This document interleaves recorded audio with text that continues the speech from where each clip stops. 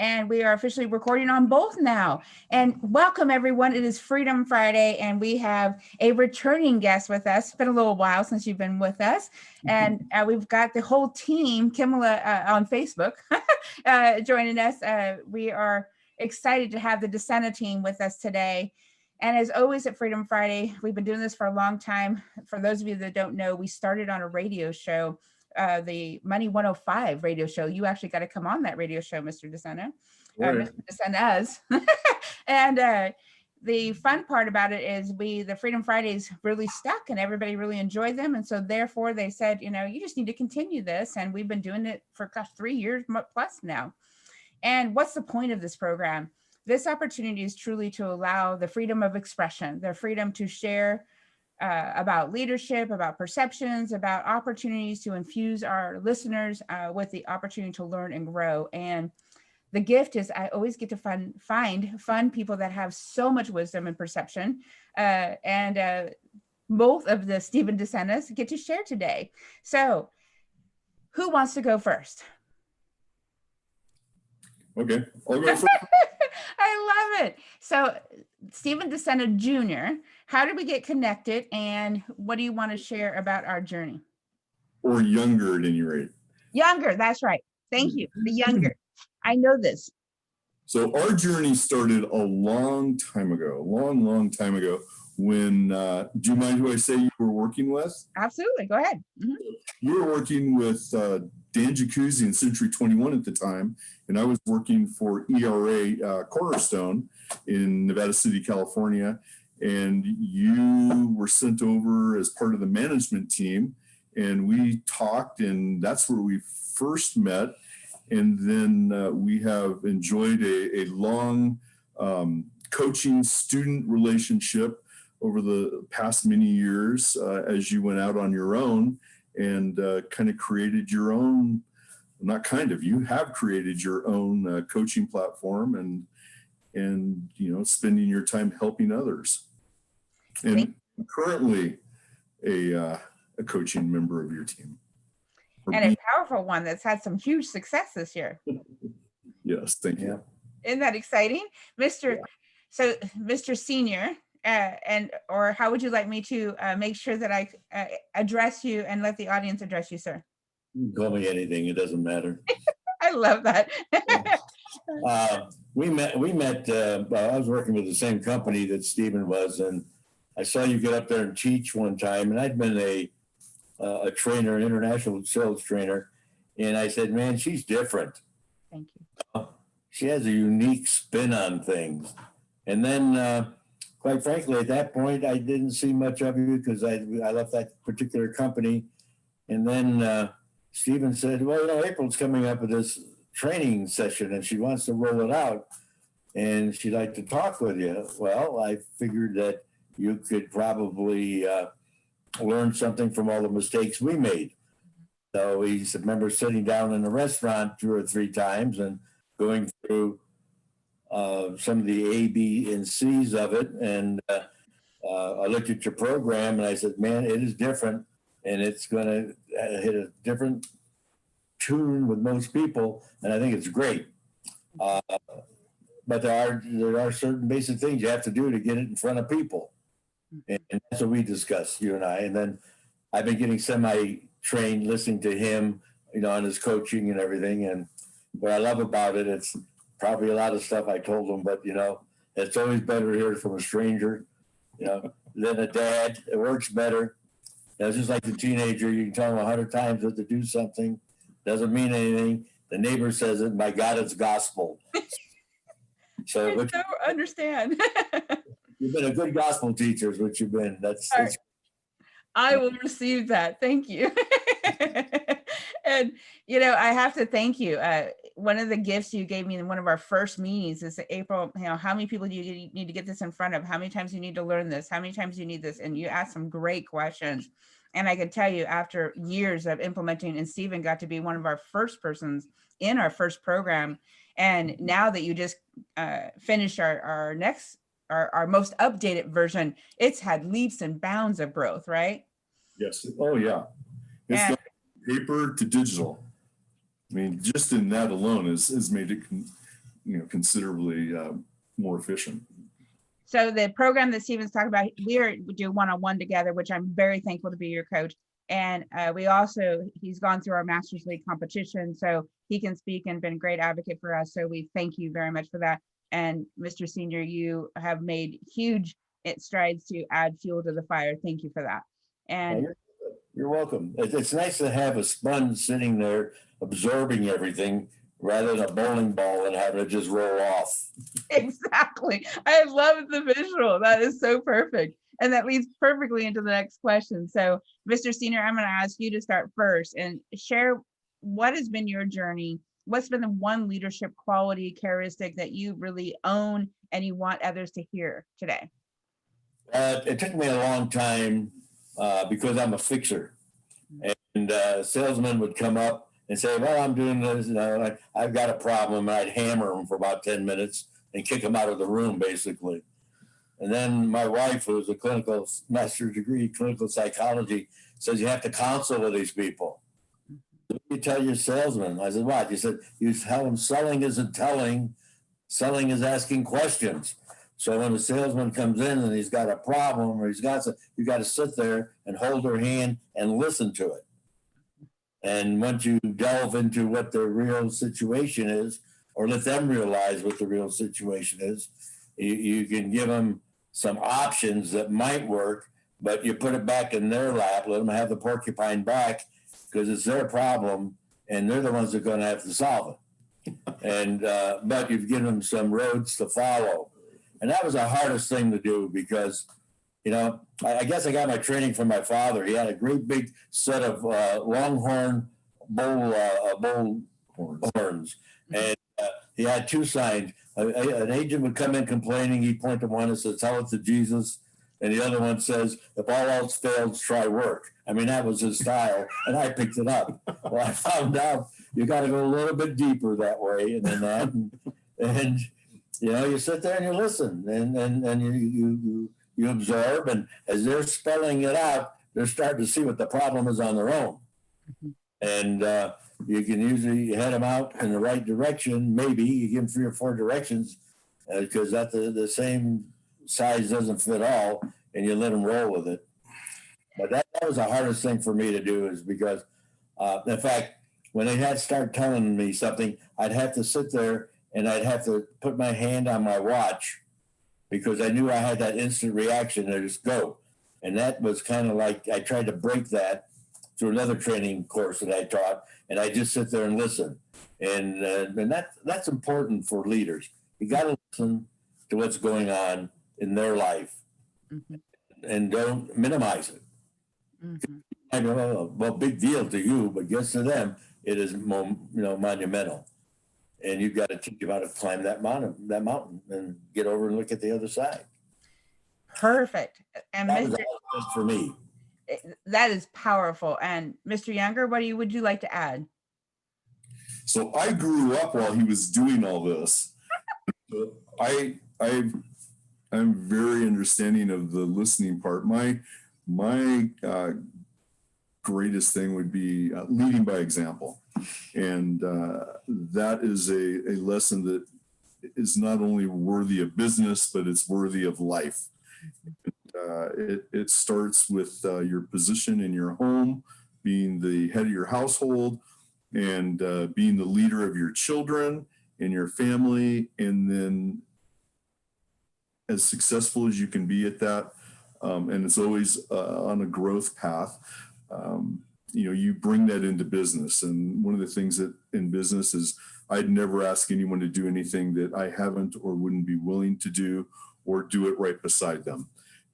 And so I find that to probably be key. And it is a journey to learn how to live that out, right? Oh yeah, yeah. One of the and depending on when you start it. Right? Mr. Senior, you had a comment you wanted to add to that. I know you do. Well, I say it's an uphill journey. I mean, it's never easy, and you have to really look at yourself and come to whatever meeting and say, okay, this is what's gotta do. When I was training, I started off telling them, my wife loves me, my kids love me, my grandkids love me, my dogs love me. I'm not here to have you as a group love me, respect me, and listen to what we have to say, and I will listen to you, what you have to say, and we'll get through this program, and we'll all be better for it at the end. So, I mean, it's like with your kids. They're going to come and say, when they're like, I hate you, and then when they're 20, they said, boy, am I glad you really, had the choke chain on us at times, so. You're so adorable. The visuals, never mind the porcupine. I'm just enjoying all the visuals that you get to bring to us. And the gift of what you shared and then the younger added is that self-discovery is one of the best ways to allow people to own their growth, right? And one of the challenges as coaches, especially in trainers, is we want to come in and don't you understand? Don't you want to move up to this hill? And there's a process, and each person gets to choose that journey and what step they're at. And that's why I tell people we chose to be customized to meet people where they are, to honor where they are, and to discover how to move them forward to what they say matters. Yes, sir. Yeah, that's important. You're saying honor what they are. I went to UCLA and I got on the dean's list twice there. Is that either get out or we're going to throw you out, basically. And I went to a counselor. He sat down, he put me through a set of tests, and he said, hey, what you're trying to do is in engineering school is what causes people to jump out of that tower. Because the world needs good shoe salesmen. That's what he told me. He says, go into sales or go into business. And, we really had a kind of a secret thing when I was training. When we hired 109 salespeople in 36 months. Wow. For that, we kept 84% of them. Now, if you notice most offices, they'll hire 100 and they wind up with 20. And the reason is that some of the self-discovery is you're not cut out for the business. There's nothing wrong. I just would have made a lousy engineer. You would not want to go across a bridge I constructed. So I got into what I could do, and it becomes a passion. If you get a passion, you can do it well. And when we talked about the bowling balls and the sponges, well, I kind of cheated a little bit. I found something that would take the bowling balls and keep them rolling down to the other brokers, and I kept the sponges, and we did great. But the self-discovery is it. Some people just aren't wired for sales. Or they're not wired for this. You wouldn't want to tell me or ask me to play a piano or learn, or I went through all that, the flute, the Italians, I've got to learn how to play accordion. Never happened. So, once you decide what you're good in, you go for it and never look back. Yeah, some of the ones that the bowling balls that you're talking about, the terminology I love to use is we get to empower them to succeed somewhere else. And I sent them to my worst competitors. You're so comical. They were DNA agents. They sold their mother, their father, their aunt, their uncle, and they were out of business. So, you have no perceptions at all there. So the opportunity, and one of my brokers when I first got into the real estate industry years and years ago said to me, all top agents have 4 skills, and one of them he felt could not be taught, and that was considered drive. And I can tell you, I've spent many a years working to prove that wrong. And the reason I say that is everybody's got drive for something. And again, that means sometimes empowering them to succeed somewhere else. okay. It's just discovering what that drive is, because everybody has some form of drive. And one of my brokers would say sometimes that's to choose to never succeed. And some people choose that. And it's shocking for some of us. Yet it is what it is. So the opportunity is to have conversations and to be able to have an open door where we can set people up for success. And that means our clients, our family, everyone, to have that communication where, one, we allow that self-discovery, yet we also allow conversations. And that leads to my next question, which is Mr. Younger, you get to go first this time. What perception have you had to overcome in your journey? What perceptions? Or perspectives, whichever word you resonate with. Well, I've had a kind of an interesting journey. I've had multiple journeys. So one of my in one of my journeys is walking into an industry where everyone in the community knows your name. Of course, it's my father's name because we both share the same name, and that's why we have elder and younger. But for a long time, I had this feeling that I was working under my father's shadow. And, to the point where some people would say, well, is your father still in the business? And, because they'd rather talk to my dad, or they'd call and go, oh, this doesn't sound like Senior. Now that I'm old enough, I do sound like Senior. They used to remember Senior's voice. So, but that was that was a challenging thing to overcome. I don't know if that's answering your question, but it's all your perception, your choice. Mm-hmm. And one of my perceptions was growing up when I observed what real estate was, because I'm a third generation real estate person. Mm-hmm. My exposure and interaction with real estate was looking at guys and women sitting behind desks signing contracts, mm-hmm.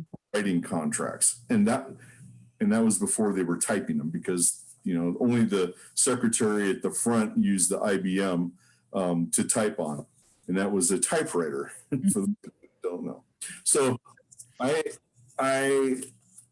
that was my whole perception, and I walked into an industry thinking that I was going to sit behind a desk and sign contracts and make a bunch of money. Mm-hmm. And the short answer to that is no. Right? The long answer is not true. So I thought I understood an industry and knew an industry, and had to I had to learn. I thought it was one thing, it wasn't. And, I along the way, I have often questioned whether I should have been the bowling ball or whether I was a sponge. And I think in the end, persistence and the drive, I guess you can say, has kind of unveiled that for me, because the sponge and the bowling ball is kind of behind the veil for the person that's wondering, which am I? Mm. And until you're in that position of trying to discover that long enough, you really don't know. Mm-hmm. And for me, it took me a long time. And if I might say, more than one life to figure it out. Literally, right? And yeah, you can speak on that. I mean, you literally had a near-death experience, and literally, right?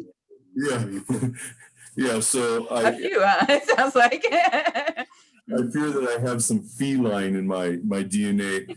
I've had a couple near-death experiences, but I guess 5 years ago this year, I had 3 massive strokes, and I was completely debilitated. I say, my wife just hates the term, but I was a drooling zucchini. I was a vegetable in a hospital bed, drooling on myself, no ability to talk, my vision, I could not control my limbs. I learned how to walk, I learned how to talk. I still wear corrective lenses for the finer aspects of working on computers, but I had to, I had the opportunity to start all over again, and to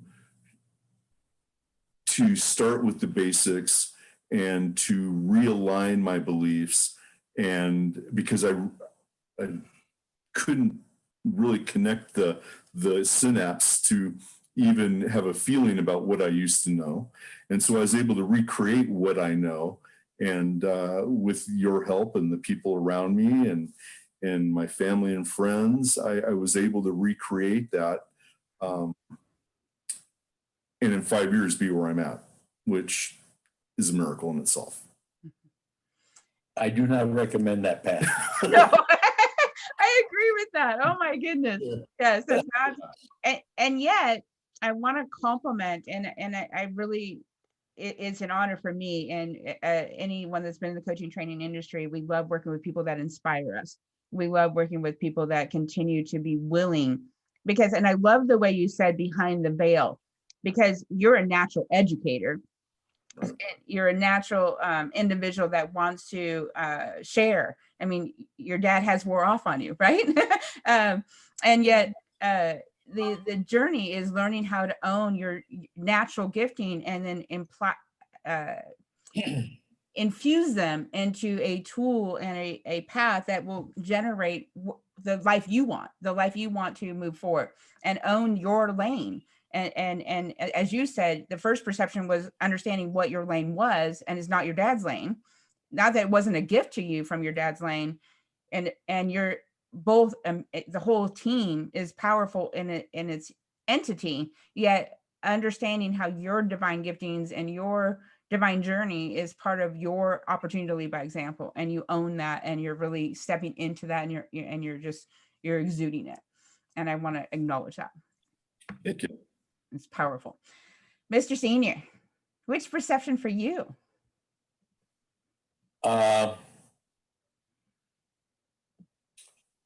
Again, I guess it goes back to becoming a listener rather than a fixer. I mean, that's it. It's hard. I have to bite my tongue sometimes because I don't always think things through. I just shoot from the hip, and every once in a while I get a toe or two, and it's something that I had to really, really go over and go over. The other thing is that I had to understand that family comes first, self comes next, and then the business. I just remember too many times, even my wife breaking down with a flat about a quarter of a mile from my office, and somebody said, "Your wife broke down." I said, "Fine, she's got a AAA card." You know, that was not exactly the warm, fuzzy husband type thing, especially when she's got 3 little rugrats with her, and things like that. I think that when I do train, I tell people, when you set up your busy calendar, the first thing you set up are your days off. Look at you. Yeah, I said, you make those, nobody can go near them. They're incarnate. That's it. And people respect you for that. You don't have to be on the phone at 10 o'clock at night. Your hours are like a human being, maybe not quite human because you're in real estate, but maybe until 8 o'clock.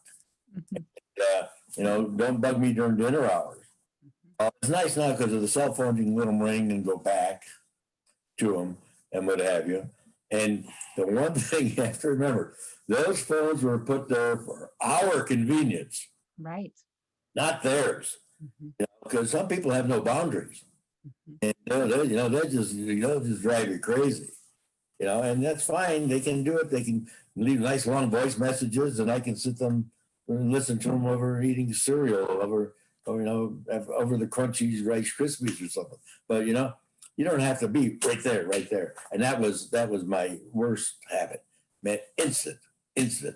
I mean, it's bad. It wasn't too bad before when we used snail mail and this. You could always put things up. But now, boy, you say something, it hits the internet, and you got to watch your reaction. When it hits that internet, you got to just sit back there and go, okay, think this one through.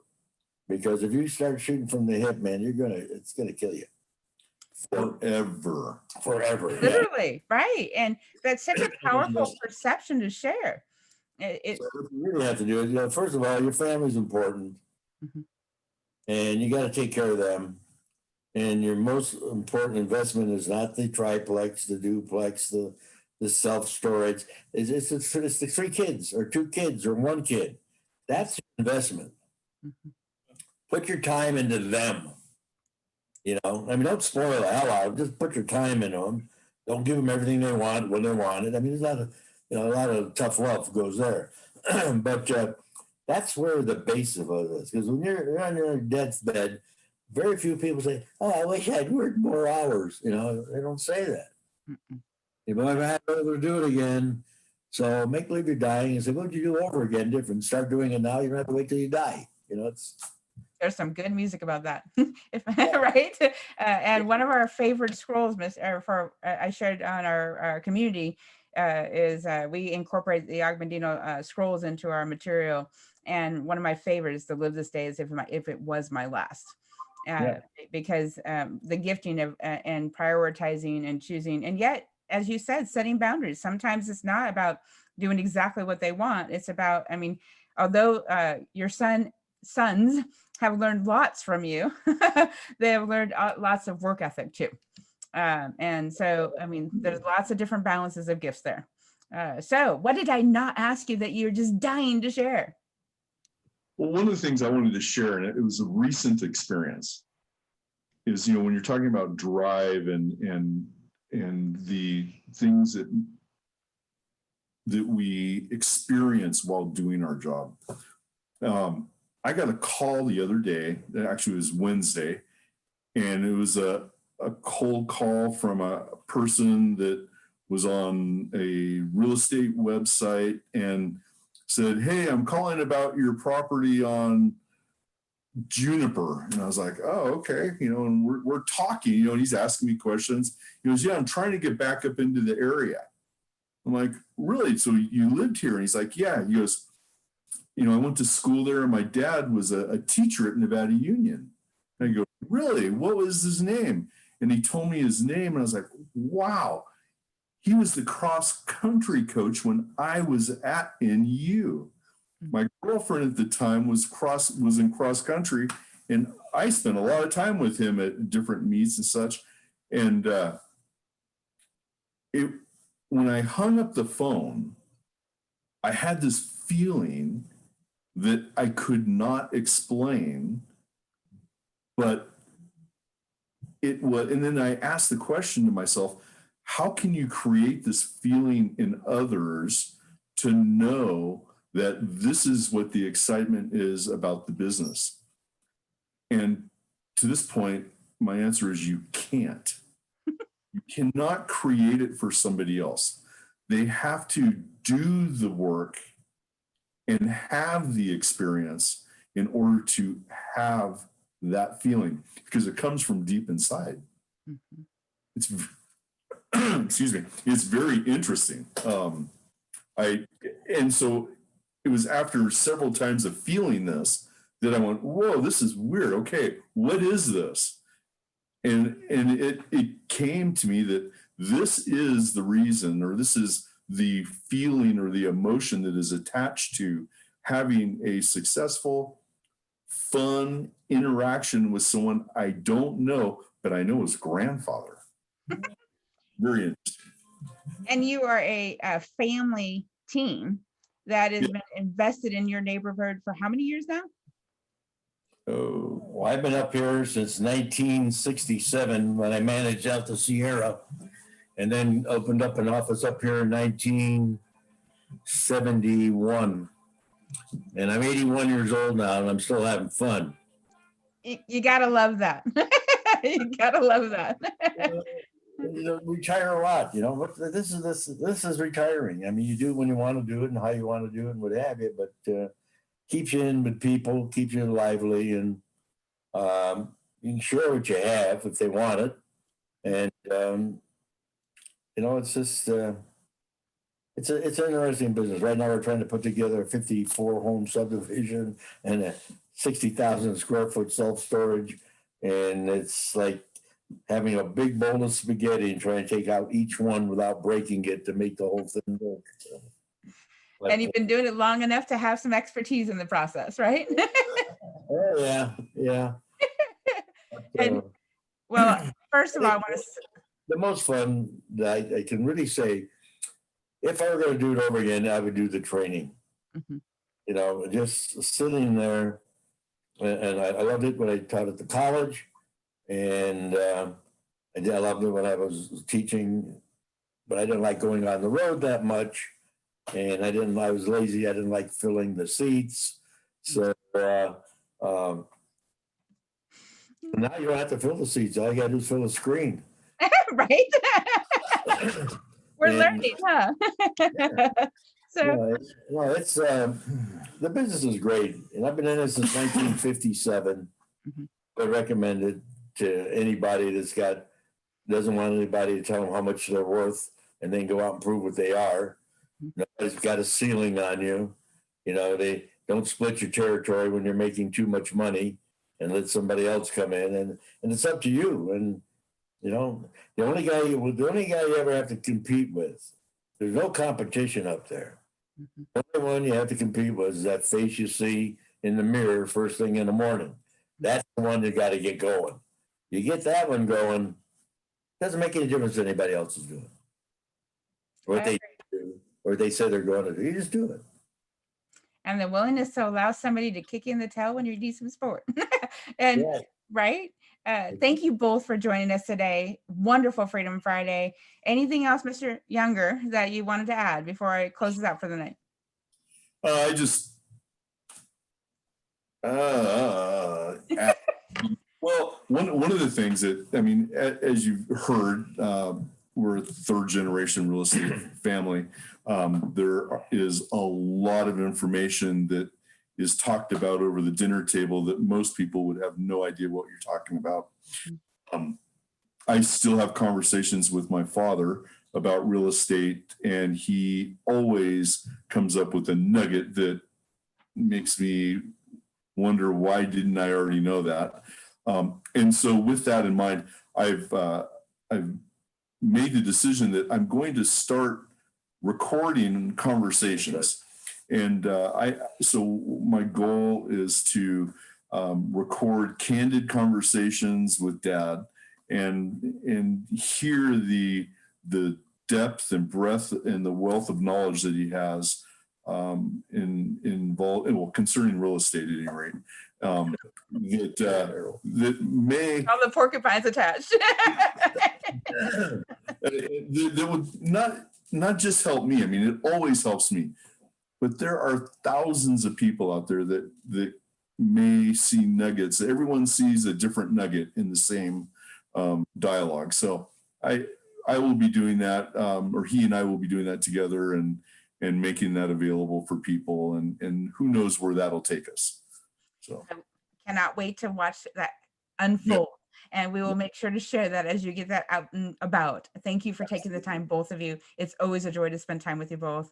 And very excited to hear all the commentaries and feedback from our conversation. And thank you. Sending hugs across the way. I look forward to seeing you again.